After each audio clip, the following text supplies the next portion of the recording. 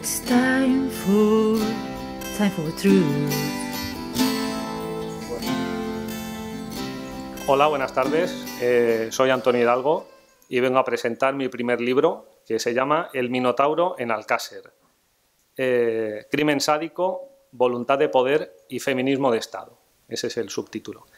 El libro todavía no está publicado, pero se publicará en breve, en principio por la editorial Potlatch, y tengo la suerte de que Félix va a escribir el prólogo del libro.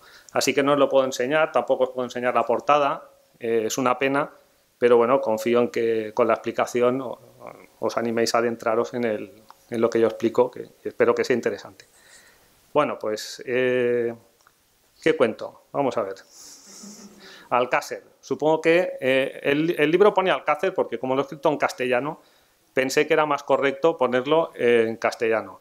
Pero ahora hay gente que me ha dicho que quizá no se entiende bien, ¿no? Si digo Alcácer, no se entiende que es un pueblo de Valencia y que ocurrió un terrible crimen en 1992. No, supongo que os suena a todos, ¿no? Si no, vale, pues entonces paso directamente. Yo no soy valenciano, yo soy catalán. Yo nunca he estado en Alcácer, yo no conocí a las niñas, yo no conocí a sus supuestos asesinos. ¿Por qué he escrito un libro en el que aparece la palabra Alcácer? Pues porque yo considero que el triple crimen de Alcácer fue un trauma colectivo. Y a unas personas nos afectó quizá más que a otras. A mí me afectó. La empatía, no sé, me pareció muy desagradable. Era una época en la que en España se veía mucha tele, mucha más que ahora. Y yo veía mucha tele, entonces, ahora ya no tanto. Y entonces estuve muchas horas pendiente del televisor, de si aparecían las niñas, no sé si os acordáis de todo eso, los que lo habéis vivido, luego cuando aparecieron los cadáveres, el morbo que se hizo. Es un momento en España en el que nace la telerrealidad. Y bueno, se aprovecharon de la inocencia de los familiares de las víctimas y de los vecinos, que se expusieron muchísimo.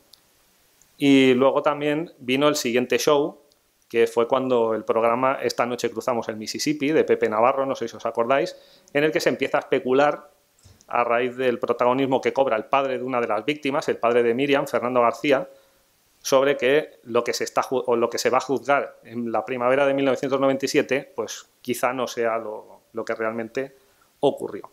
Entonces, a raíz de ese trauma, pues yo me quiero liberar escribiendo este libro, ¿no? Cuando descubro Internet, que lo hice un poco tarde, vi que había muchísima información sobre Alcácer. Es uno de los temas que más frikis hay en España sobre Alcácer. Hay, no sé, pues quizás sean miles, o igual me he pasado, de hombres, casi todos son hombres, curiosamente, que están obsesionados con el crimen de Alcácer. La mayoría divagan bastante. Entonces yo me dediqué a bucear en ese océano de información, que es un laberinto. Un laberinto que tú te adentras en el laberinto, porque yo quería saber quiénes mataron a las niñas de Alcácer. Era mi obsesión. Y en el laberinto te pierdes. Entonces es el laberinto del Minotauro, ¿no? Donde sacrificaban cada año a 7 chicos y 7 chicas a ese monstruo que devoraba carne humana, mitad ser humano con cabeza de toro. Y bueno, pues claro, ellos no sabían salir del laberinto y se los comía el Minotauro. Y yo pues estaba ahí en el laberinto y no encontraba la verdad. Estuve 2 años buscando información. Tengo gafas desde entonces, por culpa de mirar pantallitas continuamente. Total que acaba mi investigación del caso Alcácer y llego a 3 conclusiones. La primera, que no os puedo decir quiénes fueron los asesinos de las niñas de Alcácer. Juan Ignacio Blanco, que es el periodista y criminólogo que más y mejor ha estudiado el caso y dio su vida al caso Alcácer, literalmente, pues dijo que cualquier persona en España ha podido matar a las niñas de Alcácer menos Antonio Anglés y Miguel Ricard. Y eso es lo que yo os puedo decir, ¿vale? Pero no os puedo decir los nombres. Tampoco los diría, que no quiero ir a la cárcel. Y segunda conclusión, la versión oficial es falsa, es un camelo.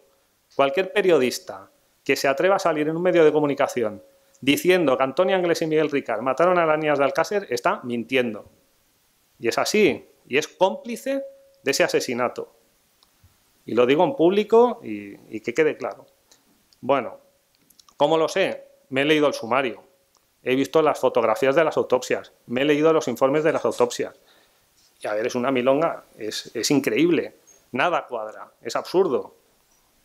Es un insulto a la inteligencia. Y la tercera conclusión a la que llegué es que es el crimen más importante de la historia de España. ¿Por qué? Pues bueno, lo voy a decir. En primer lugar, ¿por qué? Por la gravedad del crimen, ¿no? 3 niñas inocentes. ¿Por qué ellas? Que lo he estado comentando con una compañera, con Leire. Y bueno, gravísimo, ¿no? Lo que les hicieron durante días, semanas, incluso, en el caso de una de ellas, muchos días. Torturas refinadas, estudiadas, especialmente inteligentes, además, para provocar el mayor daño posible. Por eso es un crimen gravísimo, ¿no? ¿Qué culpa tenían ellas? Segundo, lo considero un golpe de Estado. Igual que el 11M de Madrid fue un golpe de Estado, igual que el coronavirus es un golpe de Estado global, quizá el primer golpe de Estado global, el penúltimo golpe de Estado que ha habido en el Reino de España ha sido el triple crimen de Alcácer. ¿Por qué? Pues porque todas las investigaciones apuntan a que en 1992, que es cuando se produce el crimen, hay un cambio de tendencia en la política y en la economía de España. Y bueno, pues se inaugura el IBEX 35, igual que hay alcaldes que inauguran, o yo que sé, Franco cuando inauguraba un pantano, que sacaba las tijeras y cortaba la banderita de España, pues hoy en día se estilan otras cosas para inaugurar este tipo de cambios, ¿no? Es un golpe de Estado, Alcácer. Y la tercera cosa por la cual considero que es un crimen tan importante es por la gran publicidad que se le dio en los medios de comunicación, que generó ese trauma colectivo que he comentado con anterioridad. ¿Por qué se le dio tanta publicidad al crimen de Alcácer? Y sobre todo, ¿por qué se dio a conocer, se desveló parte de la verdad? No toda la verdad, pero se desveló una parte de la verdad. Para decir, somos tan fuertes que podemos hacer lo que nos dé la gana y que no solamente podemos hacer lo que nos dé la gana, sino que además no vais a saber quiénes somos y vamos a quedar impunes. Y por eso yo me sentí pequeñito cuando pasó todo esto de Alcácer. Es un crimen de Estado. ¿Quién mató a las niñas de Alcácer? El Estado español. Así de sencillo. Entonces, bueno, voy a hablar de mi libro, ¿no? Al umbral, ¿no?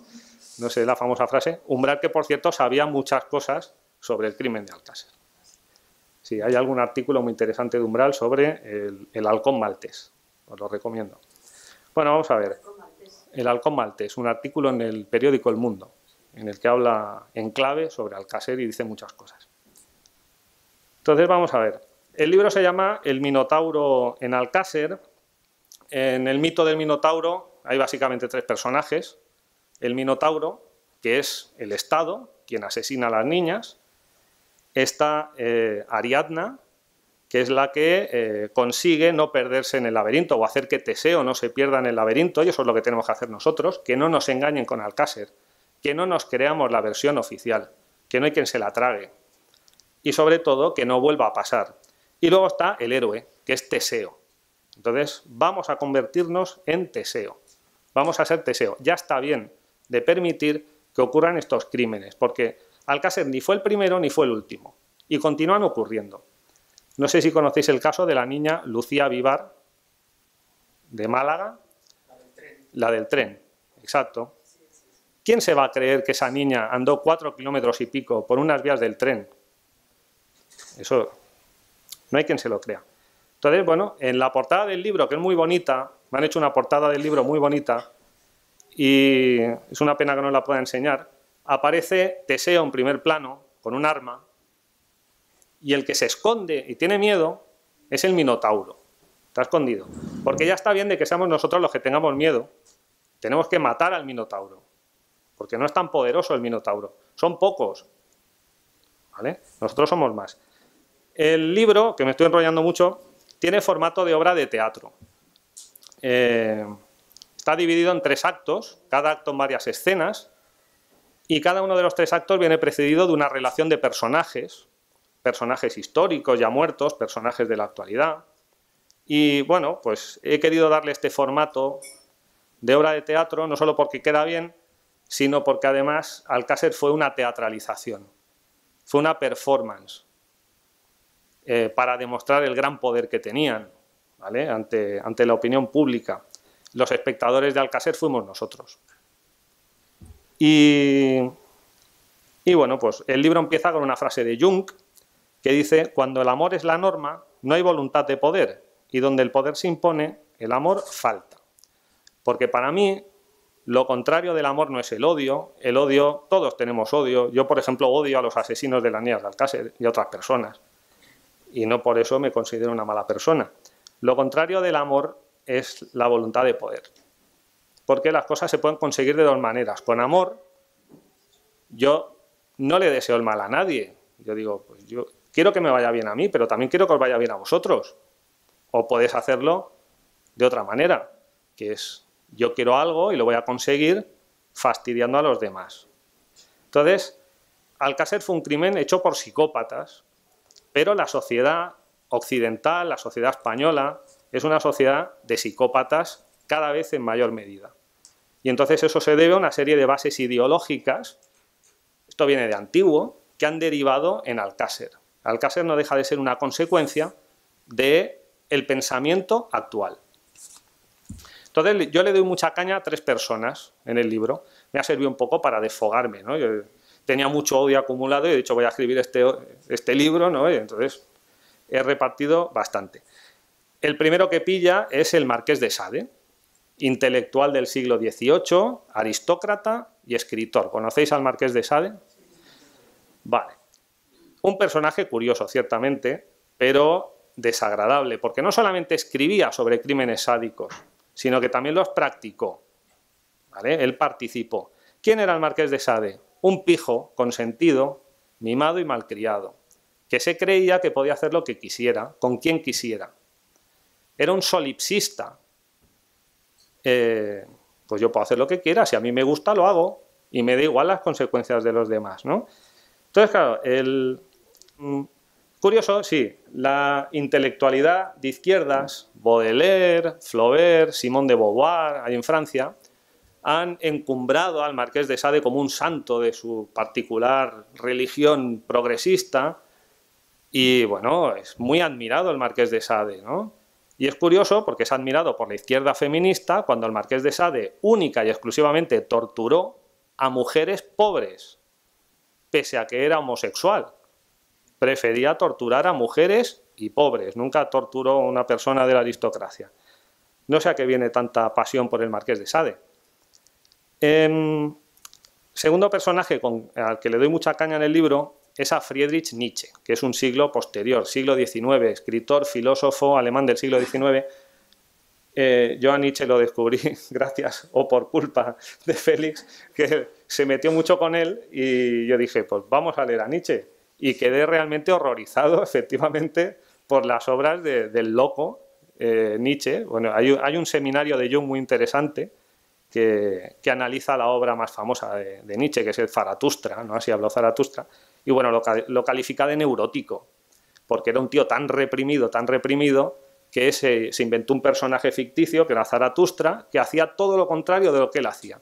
Si él era incapaz siquiera de declararse una mujer, de acercarse a una chica, y por eso solo se iba con prostitutas, y por eso pilló la sífilis, pues entonces el hombre se inventó el Zaratustra, que conseguía todo aquello que quería por la fuerza, imponiendo la voluntad de poder, ¿no? Y entonces, ¿qué tiene que ver?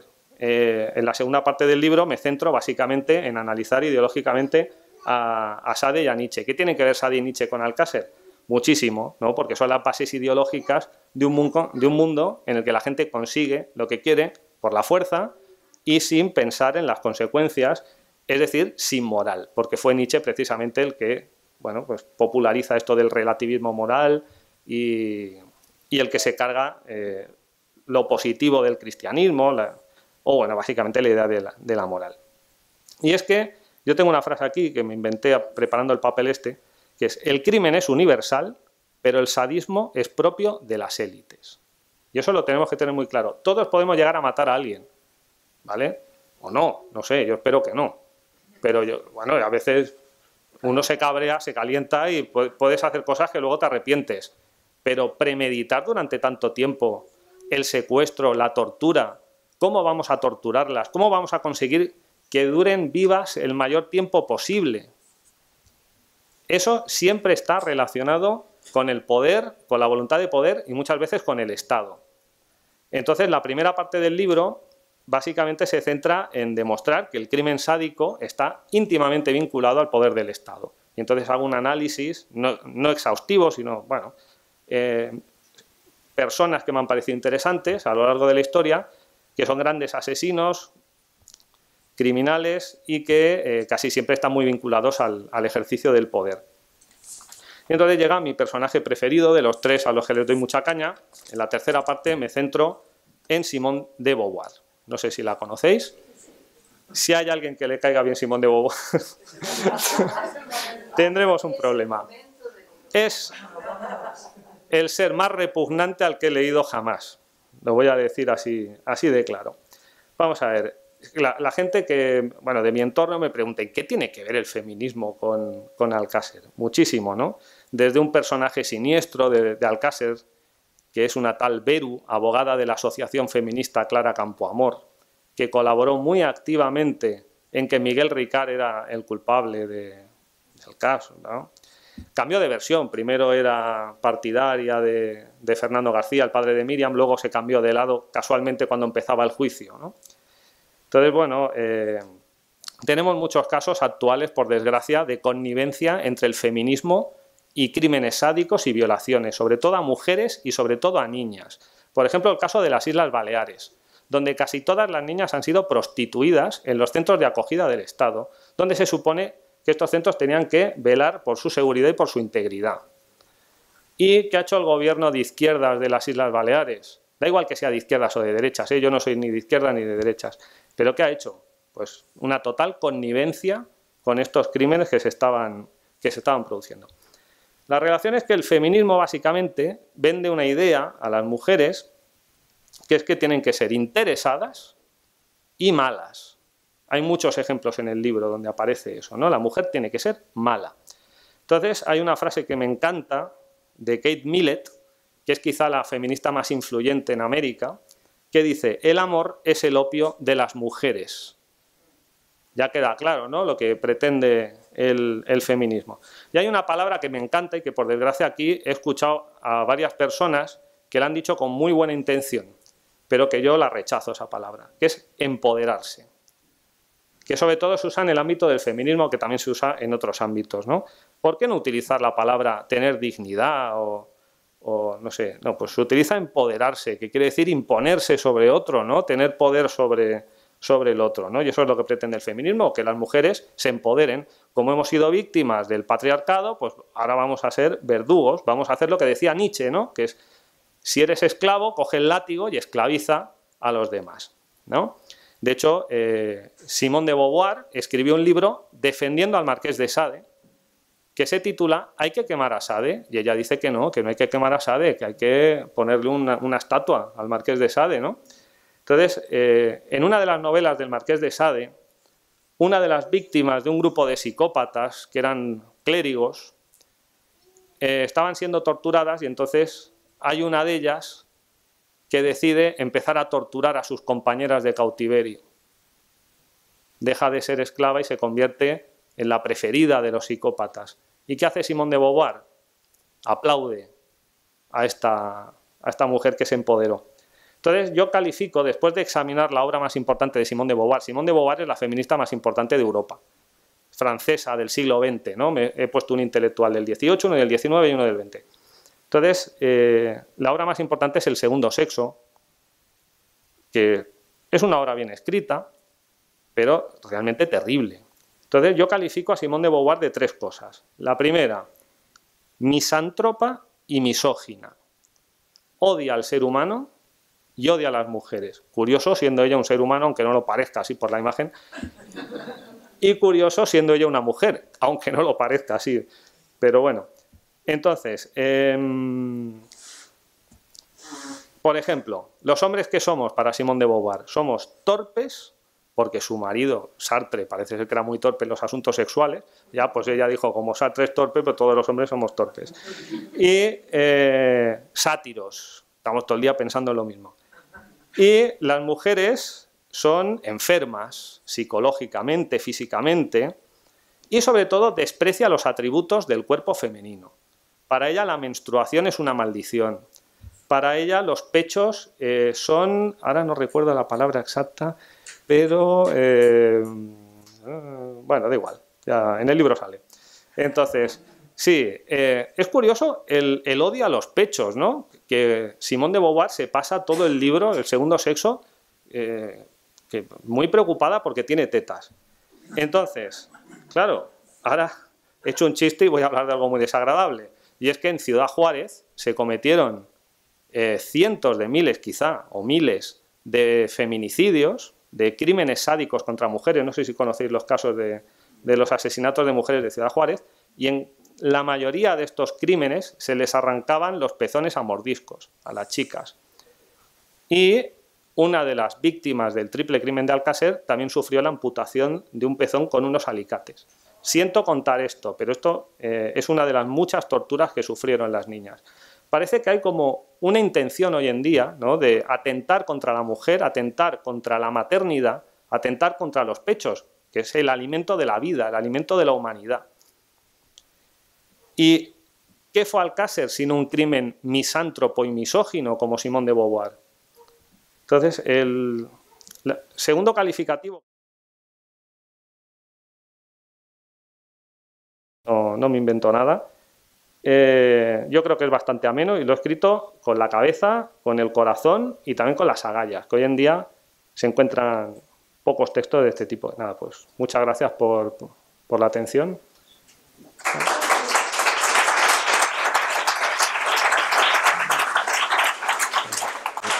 Yo conozco a Antonio por unas conversaciones mail que hemos tenido, pero no lo he conocido en persona hasta antes de ayer.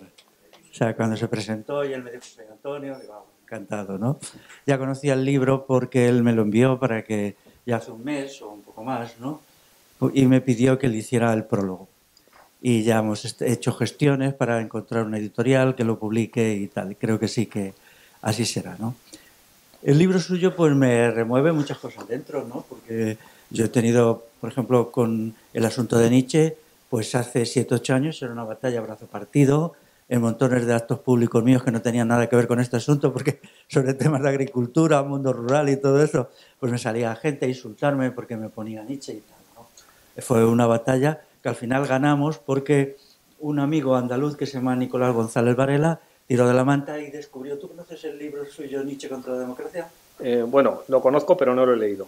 Bueno, pues si quieres todavía puedes incluir algo, pues puedo mandar yo una fotocopia. Es un libro que pone en evidencia que Nietzsche no es que fuera de extrema derecha, ¿no?, sino la extrema derecha de la extrema derecha de la extrema derecha y más allá todavía, ¿no? Él era un loco, un demente. Por ejemplo, cuando el asunto de la Comuna de París, él lo que en unas cartas a sus familiares pide que se fusile prácticamente a toda la clase obrera de París y que se la dé una lección tan tremenda que nunca levante cabeza. Él era un frenético. Yo ya lo sabía porque yo nunca he sido capaz de leer su libro La voluntad de poder. Por ejemplo, nunca. Sí. Yo empezaba a leerlo y cuando llegaba a la página 30 me producía un rechazo emocional total, ¿no? Hace poco me mandó alguien una nota diciendo que es que ese libro era una composición a posteriori con textos suyos, que no lo había escrito él directamente. Bueno, sí, no la hermana, creo. Sí. Una cosa así. Eso no tiene importancia porque los demás libros dicen lo mismo, ¿no? Luego me parece una persona muy indocumentada, con un nivel cultural muy bajo. Sus juicios de historia son una completa tontería. Esa es la parte de risa de Nietzsche, ¿no? Vas allí, sus juicios de historia, no tienen ni idea de nada, ¿no? Este hombre. Pero lo que él hace sobre todo es crear un tipo de personalidad que se puede permitir todo. Eso es lo que yo no aceptaba de Nietzsche, que es la voluntad de poder. Que yo tengo voluntad de poder y entonces aplasto a los otros. O sea, no hay ningún criterio. Y eso me parecía intolerable. Y bueno, pues me acuerdo que entró en Liza, una página nietzscheana argentina, y a Nicolás Martínez Varela y a mí nos estuvieron dando leña 2 años. Ya les escribí y le dije, oye, yo todo lo que tengo que decir, Nietzsche está dicho y no me importáis nada. O sea, que decid lo que digáis, pero Nietzsche está muerto ya porque hoy día, la verdad es que conocí, bueno, esto es un desahogo personal, pero conocí a Nicolás González Varela hace 3 años en Sevilla, que vive allí cerca, y nos dimos un abrazo, no nos conocíamos físicamente. Y yo dije, ¿has visto, Nicolás? Nos lo hemos cargado. Y en cierta manera es verdad, entre su libro y toda la batalla que mantuvimos, hoy Nietzsche no es citado prácticamente nada, no es leído, ¿no? Y él se echó a reír, digo, tú has puesto el 99% en el acto de cargarse a Nietzsche y yo el 1%. Pero bueno, el caso es que Mira, ahí está, difunto por suerte. hasta en una serie de televisión de Netflix hablan mal de Nietzsche, que me sorprendió, en The Sinner. Sí, sí. Y el caso de Sade, pues igual. Así a nivel gráfico, una vez con unos amigos que defendían a Sade hace años, ya me dio un ataque de rabia de tal calibre que cogí un libro apologético de Nietzsche, lo tiré al suelo y lo pisé delante de ellos. Eso fue el desahogo. Claro, porque era tremendo, ¿no? Porque vamos a ver, ¿qué tiene que ver el Marqués de Sade con el sexo? Nada. Es un loco. Cuando se lee los 120 días de Sodoma, se comprende que es lo que tenía, que era como un odio fundamental al ser humano y a la humanidad. Entonces, no es que encontrara placer en el sexo fuerte, sino que para él el sexo era la matanza. Al final de los 120 días de Sodoma se quita la máscara. Por ejemplo, las actividades sexuales que él comete son divertidísimas, ¿no? Coger el agua de una ciudad, envenenarla para que mueran todos sus habitantes. Mandar un ejército a que degüelle a todos los de una comarca, cosas así, ¿no? Y los va enumerando. Cosas que ya él se quita la máscara de erotismo que se había puesto en la parte del sexo, y al final pues ya se dedica a estas cuestiones que no tienen ningún significado erótico, que es solo un regusto en hacer el mal, en hacer el daño, en la matanza. Claro, hay que entender, él era un aristócrata, un idiota, porque su mujer compró una carta de caché y le metieron en la cárcel porque sí, no, bueno, sí, encima era inocente cuando le metieron en la cárcel, no había hecho muchas cosas malas, pero la que le acusaron no. Y luego le sacaron de la Bastilla. El padre de una niña que él raptó para violarla estuvo a punto de matarle, vamos, disparó contra él y no le dio. Y entonces él luego se hace de la Revolución Francesa, es uno de los personajes esenciales de la Revolución Francesa. Escribe panfletos tremendos y tal, hasta que alguien por allí, por el entorno suyo, se da cuenta que es un personaje que es tan asesino que es disfuncional. Porque claro, la Revolución Francesa ya estaba en la etapa de guardar un poquito los instrumentos de matanza y tal, y entonces le declararon loco, le metieron en un sitio para locos y tal. Pero él en realidad no estaba loco, sino que representaba la quintesencia de la Revolución Francesa, que era la voluntad de poder extrema. Cuando surgió lo de las niñas del cáncer, yo lo viví con todo esto. Yo sabía que eso era más o menos lo que ha dicho Antonio, quizá no dicho tan bien como tú, ni tan estudiado. A mí me sonó más por Sade que por Nietzsche, pero también por Nietzsche, ¿no? Cuando vi que la izquierda no quería condenar lo que era un crimen de Estado, efectivamente, y un crimen del capitalismo, porque eso solo lo podía hacer gente con muchísimo poder, no hay gente que luego al mismo tiempo manipulara a los aparatos policiales y judiciales para quedar impunes, eso no lo puede hacer un cualquiera, es imposible. Pues entonces yo hice gestiones para que la izquierda denunciara los sucesos del cáncer en un sentido clasista, tal. Y los hice en otros sitios en Egin. Entonces, cuando me mandaron a hacer gárgaras sin más ni más, pues yo ya que tenía muchos conflictos con el diario Egin, pues fue casi lo que decidí ya, mira, ya no aguanto más, ¿no? Lo seguí, tengo que reconocer que envié un poco de dinero a Fernando García, hacían encuestaciones, pero a título puramente personal. Yo creí que era una ocasión magnífica para denunciar hasta dónde puede llegar el Estado cuando hace cosas así, pero bueno, la izquierda no reaccionaba. Sacaron una palabra que era amarillismo. Amarillismo era la frase. Si intentabas hurgar eso, te decían, eso es amarillismo, eso es basura. Bueno, se quedó ahí la cosa y me olvidé del asunto, aunque de vez en cuando pues ha habido gente que me ha hablado del asunto, hasta que recibí el libro de Antonio. Y el libro de Antonio pues plantea las cosas en su verdadera naturaleza, ¿no? Luego estudié a Simone de Beauvoir, efectivamente. Hay un texto de un filósofo rumano que le hace la misma acusación, que se llama, vamos a ver, el texto de este filósofo rumano se llama Simone de Beauvoir, nazi, misógina y pedófila, me parece que es, porque ella había sido colaboradora de los nazis y Jean-Paul Sartre también, y luego ellos hábilmente taparon todo lo que habían hecho, ¿no? Pero no pudieron dejar de tapar algunas fotos. Hay una foto en donde se ve al señor Jean-Paul Sartre departiendo tranquilamente con unos oficiales de las SS. Entonces esa foto alguien la salvó. y un historiador de la resistencia, un historiador sobre la resistencia francesa, él los denuncia. Dice, es mentira, primero, que hayan sido de la resistencia, segundo, ellos en realidad han sido colaboradores del nazismo en el periodo de la ocupación. Pero en la locura y sin razón en que ha vivido la izquierda tantos años, pues esto también se tapó, ¿no? A pesar de que todos estos historiadores de la resistencia eran gente de izquierdas en Francia y tenían legitimidad para decir lo que decían, ¿no? Pero como pues no sé, es que hay cosas que es estrellarte contra el muro, ¿no?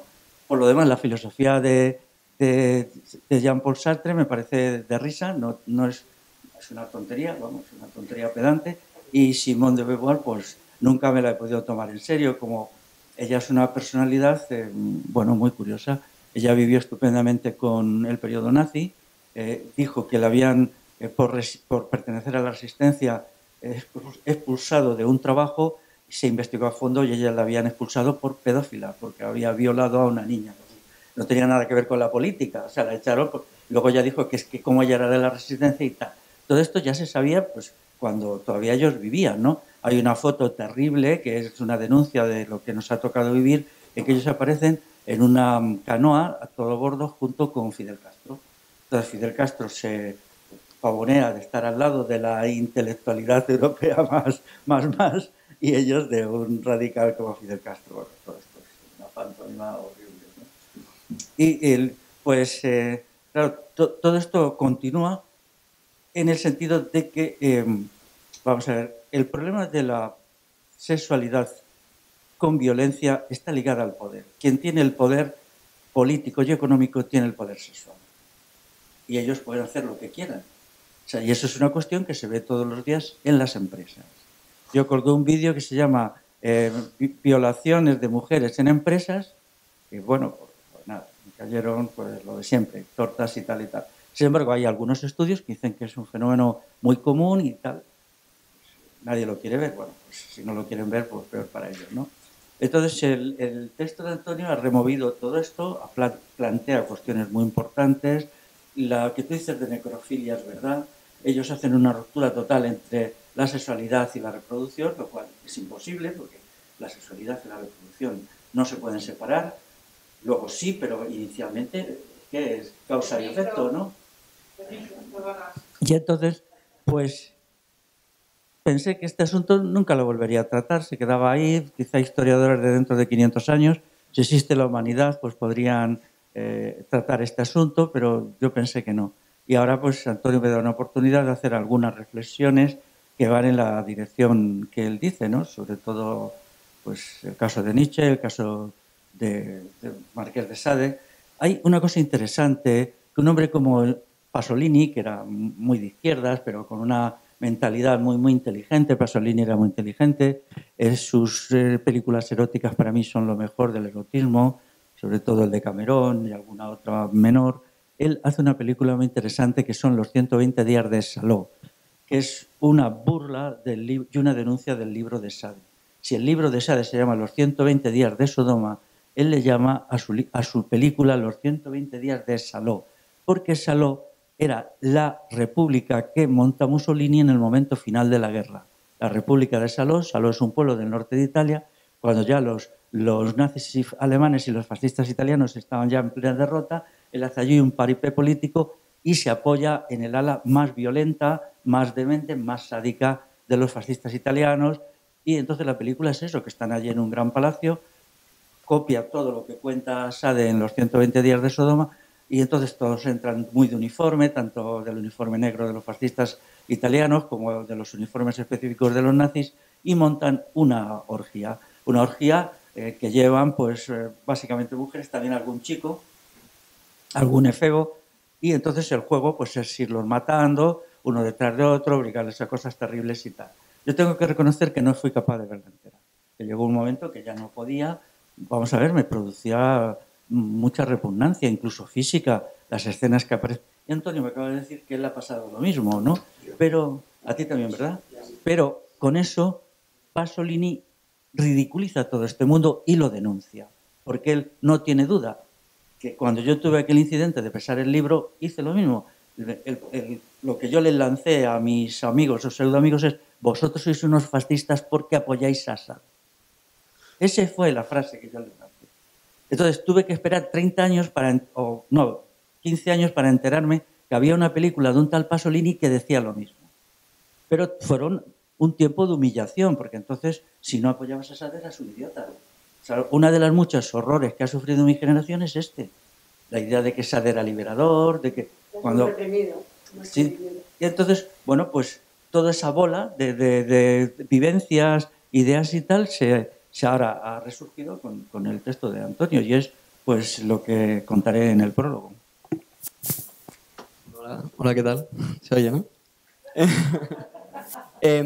Yo tengo que decir que del tema de Alcácer estuve viendo el documental de Netflix y vi alguna cosa más. Es un tema que me interesó mucho. Estuve muy atento a todo y todo lo que has dicho, además de lo de Nietzsche también, que cuando leía a Nietzsche me pasó igual, me cuadra. Es decir, todo lo que aquí está pasando, algo extraño, profundo, que no nos han contado, me cuadra todo. Lo único de la historia que no me cuadró y no he terminado de entender, y por eso te pregunto, es el tema del VHS de Miguel Ángel Blanco, ¿no? Que él tiene un VHS que dice que ahí hay una información que desvelaría todo y él termina muriendo sin mostrar ese VHS y no tenemos esa información. Siempre me... Sí.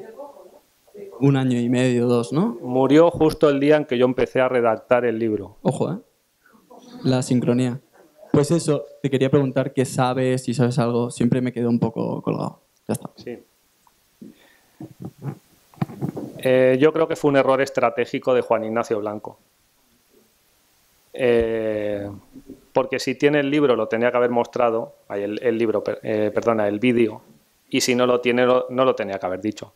Claro, eso ha enturbiado el trabajo impresionante que hizo Juan Ignacio Blanco, entre otras cosas, robar el sumario del caso y difundirlo en Internet. Y gracias, sin ese gesto que hizo, yo no podría haber escrito el libro. Con lo cual, es una pena que incurriera en ese error estratégico. Claro, si me preguntas que si yo creo que existe o no existe el vídeo, pues es un poco como Dios o como...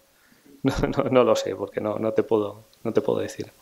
Pero sobre todo, a mí me gustaría aprovechar para destacar el carácter heroico, épico de Juan Ignacio Blanco y sobre todo del padre de Míriam, Fernando García.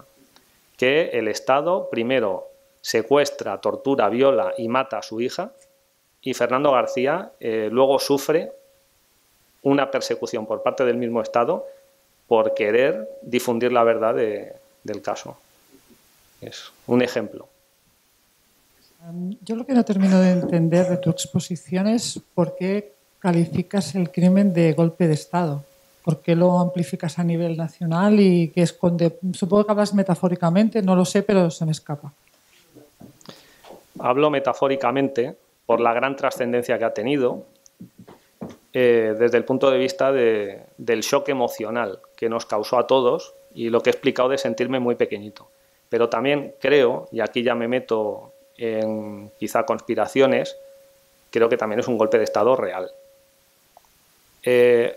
Alcácer se ha estudiado poco y mal, pero los crímenes de Ciudad Juárez se han estudiado muy bien. Y he leído varios libros y me parecen muy interesantes. Entonces, no lo puedo aplicar para el caso de Alcácer, pero viendo que se parecen muchísimo a los crímenes de Ciudad Juárez, muchísimo, pues sí que podemos aplicar lo que se ha estudiado bien en Ciudad Juárez para Alcácer. Y en Ciudad Juárez, básicamente, políticos, empresarios, gente muy rica, son los mismos que tienen los negocios de narcotráfico. No hay ninguna diferencia entre la economía legal y la economía criminal. Son los mismos, exactamente.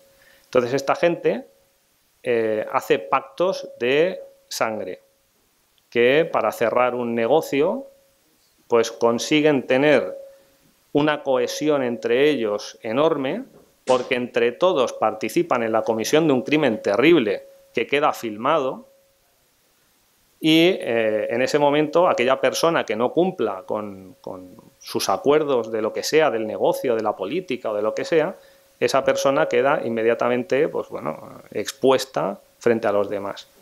Con lo cual consiguen tener una cohesión muy grande gracias a lo que se llama pacto de sangre. Yo recomiendo sobre todo la obra de una escritora brasileña que se llama Rita Laura Segato, que es antropóloga feminista, pero no feminista como Simone de Beauvoir, y ha estudiado muy bien el caso de Ciudad Juárez. Ella dice que hay una escritura en el cuerpo de las mujeres asesinadas en Ciudad Juárez. Sí, porque hay una especie de comunicación, es una firma, es como un contrato, igual que si tú te compras una casa, va al notario, pues vienen chicas y las torturan, las violan y las matan. Es terrible, pero esto está ocurriendo. Y ocurre, y son muchísimas víctimas, muchísimas. Me parece de la máxima actualidad con el tema que estamos viviendo ahora con el Corona Circus, con el tema de la élite, de esos túneles de niños y niñas ahí, no sé, todo eso que se está moviendo alrededor de Trump, del Estado profundo. Me parece de la máxima actualidad y me parece que, bueno, yo en su día no veía ya la televisión en aquel tiempo. Me parecía amarillismo que la televisión estuviera tratando un tema que era del periódico El Caso y no de la televisión. Entonces, como no... Y hasta que hoy nos hemos sentado a hablar, pues yo la verdad es que no había vuelto a pensar. Era como algo terrible el crimen de Alcácer. Eso sí, siempre lo he tenido como que era un crimen y unas niñas, pero nunca le he dado ni una vuelta a este tema. Pero ahora, según lo has explicado, me parece que es que comunicativamente es algo poderosísimo para, como hay muchísima gente que siguió ese tema, pues yo creo que para gente que ahora está siguiendo, por ejemplo, a Rafa Pal, no sé si lo conoces, para gente que esté siguiendo a Rafa Pal, entender que los crímenes de Alcácer tienen que ver, o sea, son lo mismo, pues sería como, me parece a mí, que podría tener un efecto dominó, como de que mucha gente se despertara, me parece. Sí. Pero me parece muy arriesgado también. Es que una de las razones por las cuales he escrito el libro es porque creo que Alcácer puede ayudar a concienciar a la gente sobre lo que es el Estado y la naturaleza del Estado. Porque aquel que sepa lo que ha pasado en Alcácer, no me refiero a los nombres de los que han participado, sino cómo ha funcionado, y luego vaya a votar. Es muy fuerte quizá decir que está siendo cómplice, pero yo no he vuelto a votar en las elecciones. Porque es que dijera, bueno, gobernaba el PSOE cuando ocurrió Alcácer. No votes al PSOE, pero es que luego llegó el PP, le dieron mucha información Juan Ignacio Blanco y Fernando García a Mayor Oreja, que era ministro del Interior, no hicieron absolutamente nada. Ahora está Podemos y mucha gente le ha pedido a Podemos que investigue, tampoco están haciendo nada, con lo cual no es un tema de partido político, es un tema estructural del sistema, del Estado. Y no sé si me has preguntado otra cosa ahora. Voy perdido. Nos quedan 5 minutos ya. ¿Qué más? Tú, ¿no? Bueno, gracias. Bueno, este tema es una de las cosas que a mí me revolvieron más. Pero no empecé por Alcácer, sino por el caso Bar España, que tuvo mucho revuelo, que hay un señor que se llama Técnico Preocupado, no sé si alguien lo sigue, pero... ¿no? Porque está pasando aquí, está pasando ahora, ¿no? Y esto del pacto de Estado, y yo, bueno, entiendo que sí es así. En el 92, cuando Alcácer, tuvimos las Olimpiadas, tuvimos la Expo, tuvimos toda una serie de cambios sociales muy bestias que vinieron a nivel político 35. Y que se sellaron de esta manera. Entonces, el caso Bar España parece como más localito, con el señor Carlos Fabra al frente, pero después, tirando del hilo, llegas al caso de Trux, que es en Francia y que es a nivel estatal y que es a nivel internacional. Empiezas a tirar del hilo y dices, a ver, un momento, el poder se establece así. No hay bueno, democracia ya lo sabíamos, pero que sean sádicos los poderosos, eso sí que realmente... Bueno, tuve que parar en embarazo porque ya me volvía loca. Pero, bueno, mi pregunta también es, ¿esto que está estructurado como una obra de teatro se puede poner en escena? Sí, ¿estás dispuesta?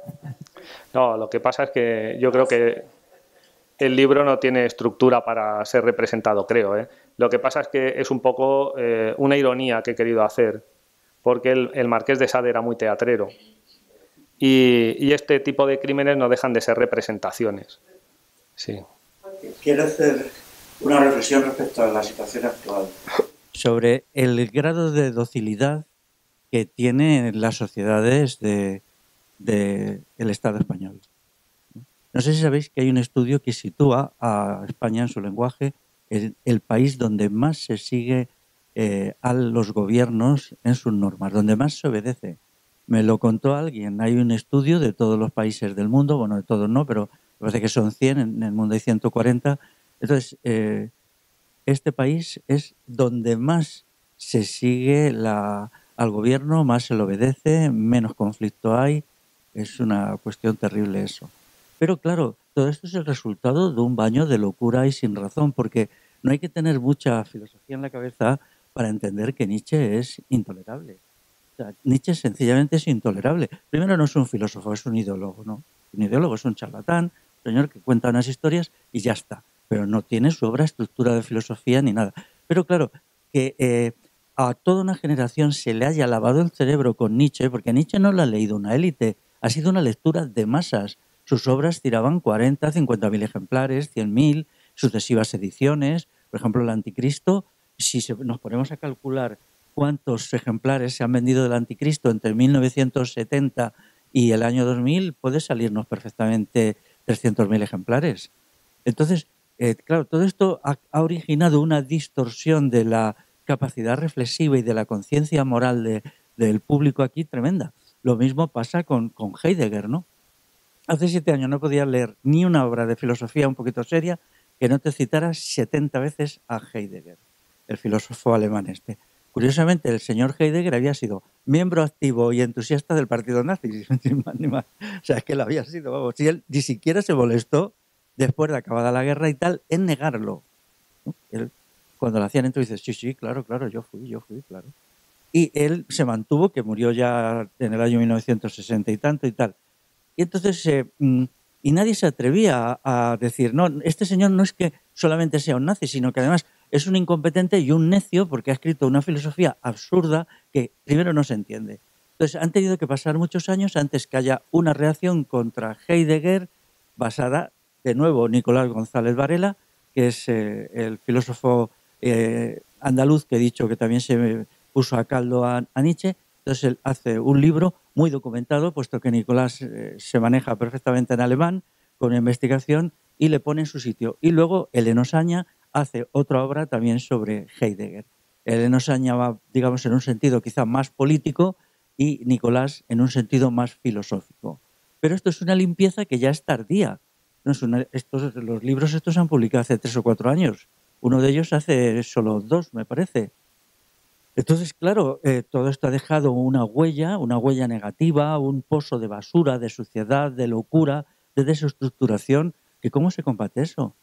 O sea, es que, y ahora, claro, ahora estamos de esos, estamos las consecuencias de una sociedad humillada, que se deja humillar. Para eso escribían Sade, ¿no? Para te acostumbres a la violencia gratuita, al odio hacia los demás, al odio hacia todo, porque Sade odiaba todo, era un hombre que solo disfrutaba con la violencia, con la sangre. Bueno, es que es incalificable, no sé. Yo me quedaba atónito cuando me llegaban gente que se la daba muy de progresista y me decía, tienes que leer 120 días de Sodoma. Bueno, sí, vale. Toma, te lo dejamos. Y yo cogía aquello y ¿qué hago yo con esto? Es que yo en la página 20 ya estaba diciendo que esto era... ¿Estaban locos? O sea, ¿vivía en un mundo de locos o el loco era yo? A ver. Y esto, claro, me creaba muchos problemas con ese. Y luego con Heidegger igual. O sea, por ejemplo, leemos a Kant. A Kant se le entiende perfectamente. Puedes estar de acuerdo o no con él, pero se le entiende. Pero los filósofos modernos, por ejemplo, Jean-Paul Sartre y luego después Heidegger, no se les entiende. ¿Por qué? No tienen nada que decir. Y lo que tienen que decir es pura maldad, pura estupidez. Y han tenido que pasar muchos años hasta que 2 personas se atrevan a hacer 2 libros contra ellos que tampoco han tenido ninguna circulación. Porque ahora ya no estamos en la lectura de esos filósofos, sino en la lectura de un montón de discípulos suyos que siguen envenenando a la población con lo que estos dijeron. Por ejemplo, todos estos el Guattari, los franceses, todos ellos son básicamente heideggerianos y en el fondo pues nietzscheanos, ¿no? Y bueno, así se ha llegado a las cosas. Tenemos que hacer frente a una crisis social excepcionalmente grave con ese punto de partida, claro. Y igual que lo que significa, antes Antonio lo ha dicho claramente, diciéndolo de una manera popular, ¿qué fue lo de Alcácer? Nosotros podemos hacer lo que queramos, nosotros. Y vosotros os tenéis que callar, nada más. Es la voluntad de poder expresada a través de un acto. Por eso le dieron tanta publicidad, porque quería que la población entendiera que ellos son el poder y pueden matar a quien quieran y pueden matarlos impunemente. E incluso se puede hacer una investigación y salir programas como aquel que tú has citado, de aquel no sé qué Navarro, pero eso no tenía importancia, porque ellos sabían que se pararían en el límite en que se podría esclarecer algo y a partir de ahí no se avanzaría. Y todo lo demás era meter miedo, producir pánico, o sea, que no solamente se está metiendo miedo con el coronavirus, sino que es ya una política del miedo, de la exhibición del poder, de la chulería, del matonismo, que ha llevado, pues igual que ahora, ¿no? Igual que pues todo esto, ¿no? Que te metes en el metro de Madrid y te sale por detrás, te cogen y te dicen que tienes que tener la mascarilla aquí, no aquí, cosas así, ¿no? O, pues eso a pequeña escala es lo mismo que ellos han hecho. Y, bueno, pues aquí estamos aguantando el tirón, como se dice. Bueno, pues ya está, ya hemos terminado. It's time for truth. It's time for truth.